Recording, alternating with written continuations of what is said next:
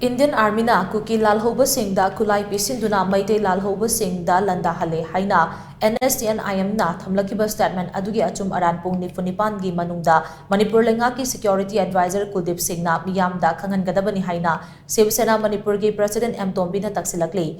Bahuparada laiba Shiv Sena gi office ta pangthokiba paugi mifam amada wafamasi fongtokladuna mahangna hai security advisor Kuldip Singh na numit nini gi manungda NSTNIM na fongdokiba statement asiki matangda achum aran hairaktrabadi NSTNIM na fongdorakliba wafamasi achumbani haina miyamna lawgani chahi ama helaklaba lanasi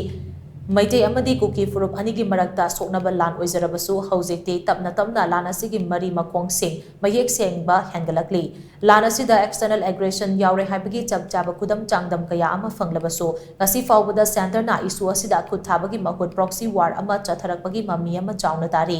lan asi kuki ama so maite khakdamak sokna ramba oiramlabadi nahana loiramba yarabani adubu ngaside lan asi chahi ama hanjilaklaba faubada loibagi mami tadri maramaduna atuba matam da Government of India na lanasigi waroisin ama puraknaba honabiyo nakalamada tongsinbagi thawong chathabiganu hainasu mahakna makata na fongdoki